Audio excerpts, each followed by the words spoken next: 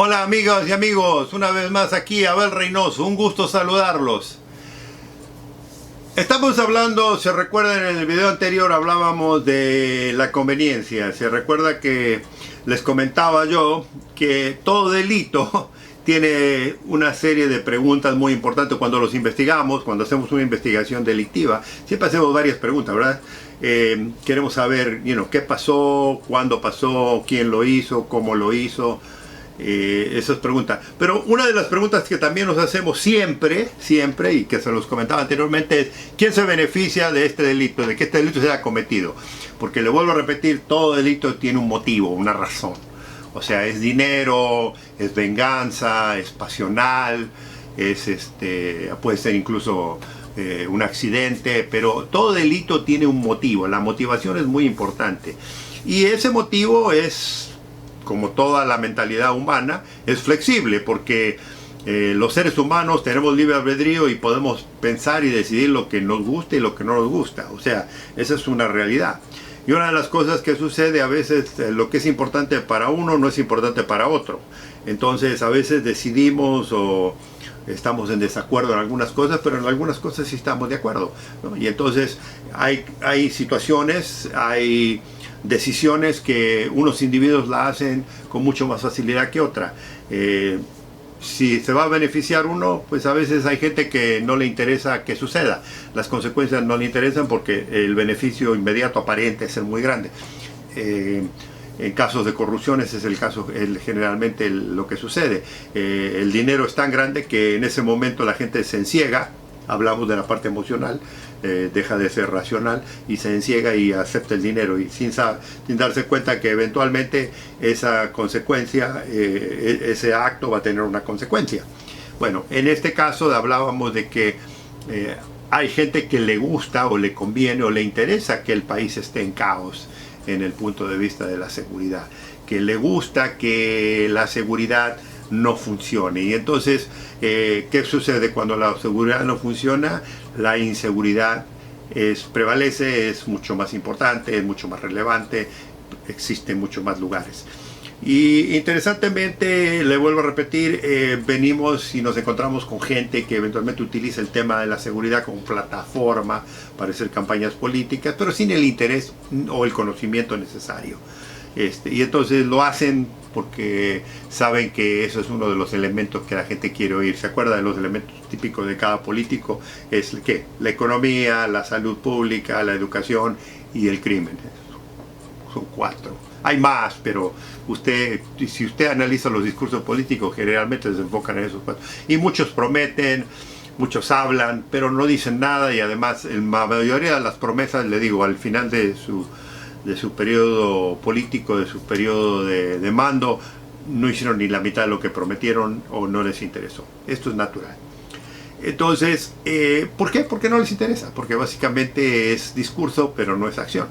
Y hablábamos de que hay gente que se interesa, pero que a lo mejor no tiene el conocimiento, o no tiene el presupuesto, o no tiene la persona. Y hay otro cuento, todo este cuento de la inseguridad. También les comentaba en el video anterior que la gente hace mucho alarde de que van a combatir el crimen, de que lo van a eliminar, porque cuando yo llegue se va a acabar el delito en esta ciudad, en este país. Yo no voy a permitir, voy a apoyar todo y usted sabe que mucha gente lo vota porque le conviene, lo vota a lo mejor porque conoce el nombre, porque vio, pero no porque van a hacer nada útil. Y la realidad es la siguiente, mire, la seguridad es una realidad que sería muy interesante tenerla al 100%, pero no sucede en ningún lugar del mundo. A mí no me interesa qué tanto equipo tengan, a mí no me interesa si es primer mundo, segundo mundo, tercer mundo, cuarto mundo. No existe, no hay ninguna persona en el mundo que le pueda a usted decir que la seguridad, yo le aseguro que usted va a estar seguro. No se puede hacer ningún político. El político, el individuo que le diga a usted, sea político, sea burócrata, que le diga que va a combatir la seguridad y la va a eliminar totalmente, le está mintiendo. La seguridad no se puede eliminar, la inseguridad no se puede eliminar. La seguridad le da a usted cierta cantidad de protección, pero no un 100%. Y esta es una realidad. Entonces, lo que sí se puede en realidad, es controlarla. ¿Qué es lo que hacen la mayoría de las grandes potencias? O sea, una de las razones que ellos hacen muy bien, los países del primer mundo, que le decimos, son porque invierten en presupuesto, invierten en entrenamiento, invierten en gente capaz y todo eso, y más o menos la controlan. Pero así todo, le digo, hay mucho delito en estos países, muchos más que otros, sobre todo en culturas mucho más agresivas, mucho más violentas. Aquí en Estados Unidos, por ejemplo, la cultura es muy distinta a la europea. Aquí hay mucho más agresión, hay mucho más consumo de droga, hay mucho más atracciones financieras, hay mucho más dinero en Estados Unidos que en muchos países del mundo, por lo tanto hay mucho más crimen.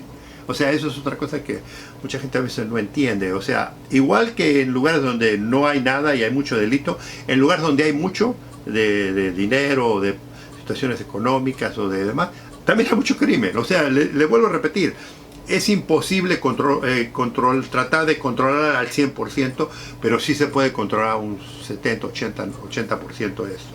Y un 20% que siempre va a estar flotando.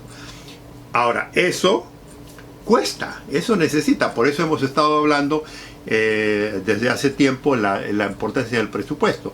Lo que los gobiernos, lo que los políticos a veces no quieren, o le digo, vuelvo a repetir, se hacen, es que la seguridad cuesta dinero. Y la inseguridad le cuesta el doble. ¿Me explico?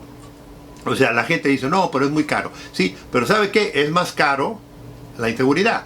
Porque en la inseguridad usted tiene el riesgo de perder la vida de su ciudadanía, tiene el riesgo de perder grandes cantidades. O sea, el delito consume mucho del tiempo del gobierno, de la sociedad, porque además afecta a la economía, además afecta muchos otros niveles, muchas otras situaciones. La inseguridad le afecta al ciudadano en muchas más formas que simplemente alguien que le ponga un revólver en la cabeza y le pida el dinero.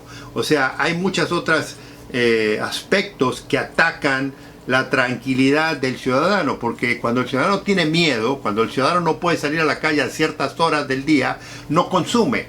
Y entonces los buenos y honestos trabajadores que, digamos, que tienen restaurantes, que tienen negocios, no pueden recibir a esa gente porque la gente tiene miedo de salir, porque la gente le tiene miedo de que salgan a la calle y compren algo y se lo vayan a robar, o que le pase algo. Entonces, eso afecta a la economía. La inseguridad también tiene otros aspectos que van debilitando el perfil nacional de un país. O sea, usted ha oído en muchos lugares, y lo digo por los medios sociales, de países que son inseguros, que le dicen, no, a tal lugar no hay que ir, yo no iría a ese país. Y muchas veces no es cierto. Yo he estado en muchos países, le digo, viviendo aquí en Estados Unidos, como viajo por todo el mundo, a veces me dicen, ¿y vas a ir a tal lugar? ¿Y no te da miedo con que están ahí los individuos?